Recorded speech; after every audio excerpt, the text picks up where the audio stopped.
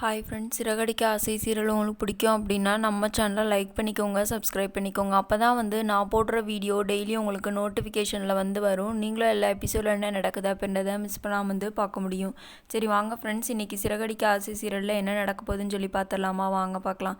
இன்றைக்கி என்ன நடக்குதுன்னு சொல்லி பார்த்தீங்க அப்படின்னா, மனோஜும் நம்ம விஜயாவும் இருக்காங்க இல்லையா, அவங்க நினச்ச மாதிரியே வீட்டோட பத்திரத்திட்ட நம்மள்கிட்ட கையெழுத்து வாங்கிட்டாங்கங்க. கையெழுத்து வாங்கிட்டு என்ன பண்ணுறாங்க அப்படின்னு சொல்லி பார்த்தீங்க அப்படின்னா, நேராக அந்த ஃபைனான்சியர் கிட்டே போகிறாங்க.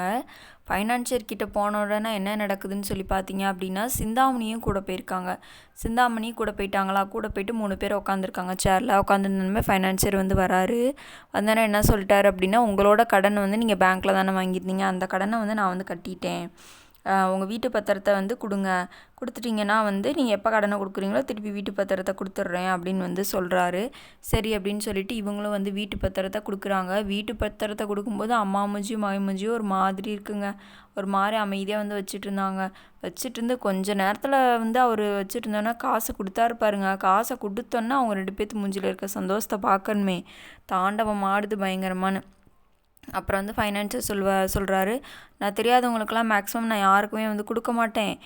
சிந்தாமணிக்கு நீங்கள் சொந்தக்காரவங்க தெரிஞ்சவங்க அப்படின்றனால தான், சிந்தாமணிக்காக தான் நான் உங்களுக்கு கொடுக்குறேன் அப்படின்ற மாதிரி சொல்லிடுறாரு. சொன்ன உடனே என்ன நடக்குது அப்படின்னா, சரி அப்படின்னு சொல்லிட்டு காசை வாங்கிட்டு இவங்க கிளம்பிடுறாங்க. இன்னொரு பக்கம் பார்த்தீங்க அப்படின்னா, ரவி ஸ்ருதியோட ஹோட்டலில் வேலை செஞ்சிட்ருக்காரு.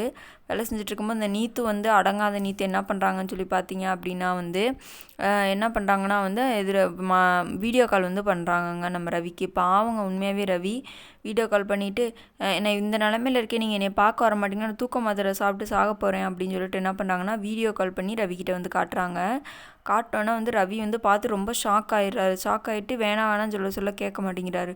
அப்புறம் திடீர்னு இப்போ சாப்பிட்டுட்டு ஏதோ அவங்களுக்கு ஆயிருமோ என்னமோ அப்படின்னு சொல்லிட்டு என்ன பண்ணுறாருன்னா, ரவி வேகமாக ஸ்ருதிகிட்ட சொல்லாமல் செய்யாமல் கூட வண்டி எடுத்துகிட்டு கிளம்பி ஓடிடுறாரு. அதை ஸ்ருதி கூப்பிட்டுக்கிட்டே இருக்காங்க. டக்குன்னு இவர் ஐயோ அவங்க ஏதோ பண்ணிக்குவாங்களோன்ற டென்ஷனில் வேகமாக போயிடுவார்.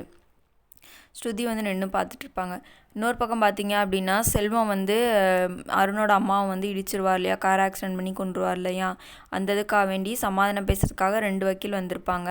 கோர்ட்டுக்கெலாம் போனால் இவர் மேலெலாம் நீங்கள் குற்றச்சாட்டுலாம் போட முடியாது, ஃபைன் தான் வாங்குவாங்க அப்படின்னு சொல்லும்போது, அப்போ இங்கேயே நீங்கள் ஏதாவது அவங்க அம்மா இறந்ததுக்கான தொகையை கொடுங்க அப்படின்னு சொல்லும்போது செல்வம் என்ன சொல்லுவார்னா, என்னால் முடியாது, நான் ரொம்ப கஷ்டப்படுறேன், நான் ஒரு வருஷத்தில் 1 லட்ச ரூபா வேணால் நான் கொடுத்துட்றேன் அவங்க அம்மா இருந்ததுக்கு, அதுவும் என்னால் மொத்தமாலாம் கொடுக்க முடியாது, மாதம் ஒரு 5000 நான் கொடுக்குறேன் அப்படின்னு சொல்லி சொல்லுவார். செல்வத்தை பார்க்கும்போது ரொம்ப பாவமாக இருக்கும்.